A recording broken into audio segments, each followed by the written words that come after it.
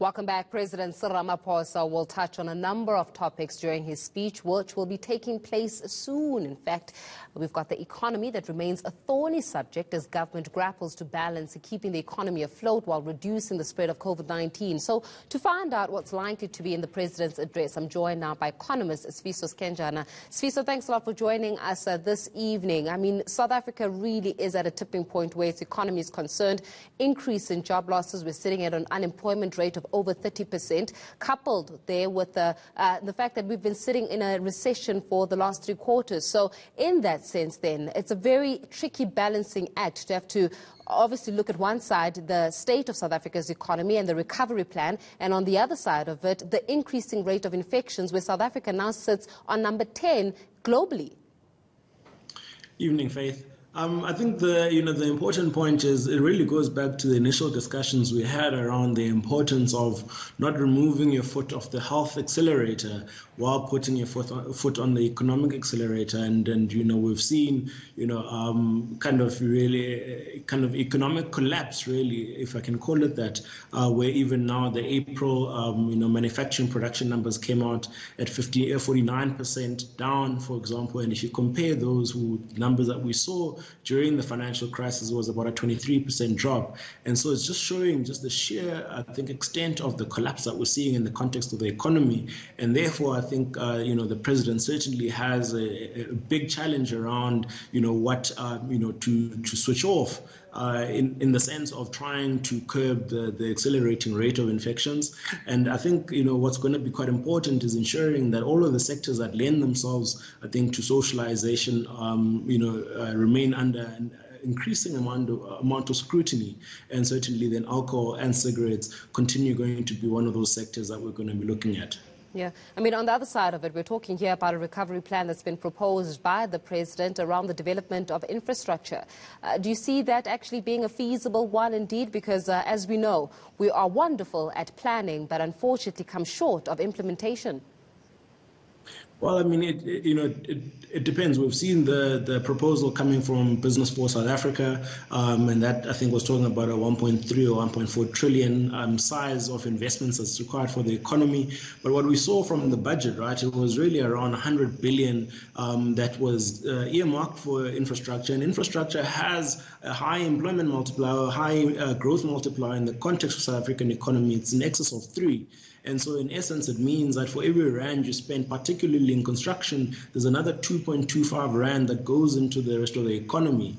And when we look at then and say 100 billion expected to be spent in the medium term is certainly a drop in the ocean, given the fact that we're expecting a revenue shortfall of 300 billion. And so there certainly needs to be a lot more gusto in terms of just how much put our back into it to ensure that we use infrastructure. We've seen construction, I think it's now 7 consecutive quarters of negative growth. And that's a sector that certainly can employ both the kind of labor force we've got currently in the context of the African economy, but also the sector that can drive growth given the multiplier that it has. And so certainly, I think from what we've seen from the budget, that's a drop in the ocean. But some of the proposals that are coming from the Business for South Africa proposals are looking a lot more interesting, given the quantum that they're proposing will be required to turn the South African economy around. There are those proposals that have been put forward, Sifiso. On the other side of it, unfortunately, we are in the midst of a pandemic. And really the question is, can the president afford to have stricter lockdown regulations at this point? And if so, which specific sectors of industry are the relevant ones to be actually tightened? Well, the other side of that question is, can we afford not to, right? And I always speak of the fact that when we look at our unemployment numbers that came out, again, the youth in South Africa are the ones that are continuously more burdened by the advent of unemployment. What this means is that the people who are active labor participants are the people who are actually most vulnerable to the virus, because they're the older labor participants in the context of the South African economy.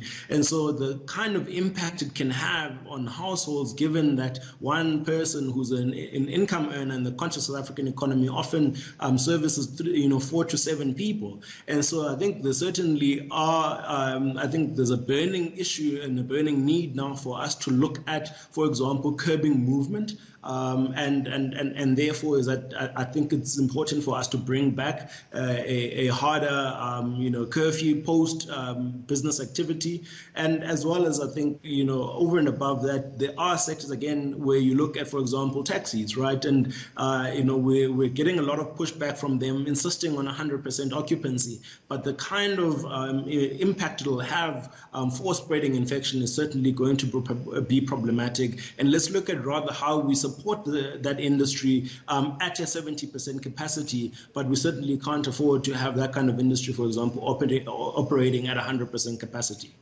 There've also been criticism from various pockets, whether you're looking at a public, private sector, civil organizations, saying that the president needs to be more stricter, firmer, more assertive in terms of his decision-making, and maybe the consultative format is not necessarily serving the purpose of South Africans very well. What say you regarding that matter? No, we certainly can't afford not to be consultative. I think this is certainly not something we've seen before, and so we want to have as many contributors to the decision-making as possible, just so that we ground our decisions, I think, on evidence. And so it's important to have the South African economy certainly move towards evidence-based decision-making. And so I'd certainly support the consultative process, but I think there certainly are opportunities where the president and the incumbents who work around him can certainly take harder positions, particularly around some of the things that we're seeing. As I said, for example, I think the resistance that we've seen from taxi drivers around compliance, in the context of the regulated, capacity constraints. And so there certainly, as I said, is that there is room for a harder, I think, line to be towed, but I think consultation is certainly important, given, I think, the complexity of the pandemic that we're experiencing right now. Sifiso Skenjana, will leave it there for this evening. Economist giving us the latest in terms of exactly what we may possibly anticipate ahead of that address by President Cyril Ramaphosa coming up at 8 p.m. this evening.